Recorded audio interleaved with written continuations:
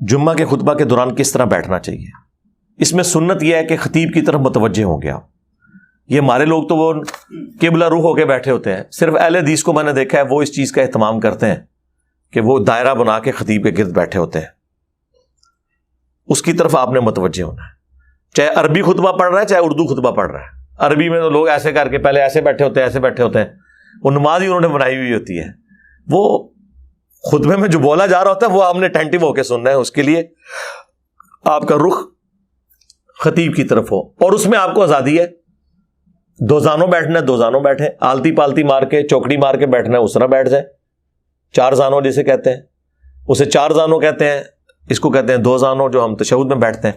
البتہ ابو داؤد میں حدیث ہے کہ نبی علیہ السلام نے خطبے کے دوران احتبا کر کے بیٹھ کے, جسے ہم کہتے ہیں اردو میں گوٹھ مار کے بیٹھنا, یعنی یہ دونوں گھٹنے کھڑے کر کے اور یوں اس کا کلاوا مار کے, خطبے کے دوران ایسے بیٹھنا منع ہے. ویسے آپ بیٹھ سکتے ہیں کیونکہ یہ ریلیکسنگ موڈ ہے, اس میں بندے کو نیند آ جاتی ہے. خطبے میں تو ویسے ہی بڑی نیند آتی ہے. تو اس لیے نا اس حالت میں جمعے کے خطبے میں بیٹھنے سے نبی علیہ السلام نے منع کیا. ویسے یہ سنت ہے.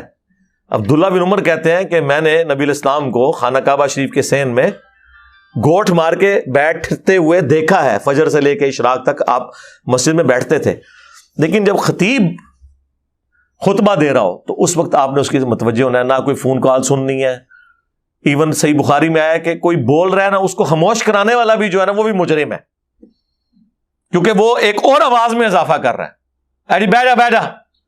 تو وہ ایک, اگر کسی کو بٹھانا ہے اس کے پاس جائیں, اس کو تسلی سے یوں کر کے بٹھا دیں.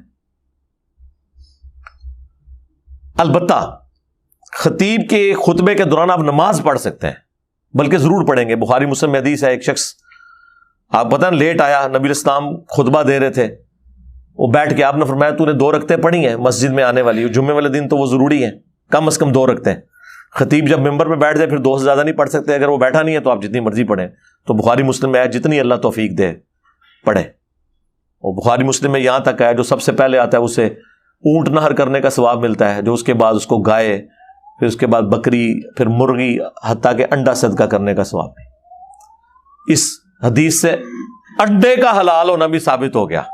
کہتے ہیں امام حنیفہ نے دسیا انڈا لال ہے حرام ہے. نہیں سرکار, بخاری مسلم میں لکھا ہے صدقہ حرام چیز دا نہیں ہوتا, حلال چیز دا ہی ہوتا ہے. انڈا لال ہے. ٹھیک ہے, تھوڑا ہوں دماغ نہیں کام کرتا, ہر شاید تسی بابے دے کھاتے چ پڑھنی ہے. اللہ کے نبی دنیا سے تشریف لے جانے سے پہلے آپ کو ہر وہ چیز بتا گئے ہیں جو قیامت تک آپ کی ضرورت تھی. جو چیزیں نہیں بتائی ہیں ان کے لیے اصول مرتب کر دیے ہیں, وہ اپنی جگہ موجود ہیں. تو اس صحابی نے کہا یا رسول اللہ میں نے 2 رکعتیں نہیں پڑھی. تو بخاری مسلم کے الفاظ ہیں, آپ نے کہا کہ اٹھ اور مختصر سی 2 رکعتیں پڑھ. اس لیے مسجد میں انٹر ہوں تو آپ نے انٹر ہوتے ہی جمعے والے دن یہ 2 رکعتیں پڑھنی ہیں. ویسے ہمارے جو بریلوی اور دیوبندی خطیب حضرات ہیں وہ تو اپنی توہین سمجھتے ہیں کہ وہ خطبہ دے رہے ہو, آپ 2 رکعتیں پڑھنا شروع کر دیں. وہ کہتے ہیں دیکھو جی میری بےزتی کرتی نے, میں اتنے تقریر پہ کرنا ہے نماز شروع کرتی نے, میں تو بھائی وقفہ دیاں گا نا. بھائی وہ جو بعد والا وقفہ ہے وہ آپ نے خود نکالا ہوا ہے.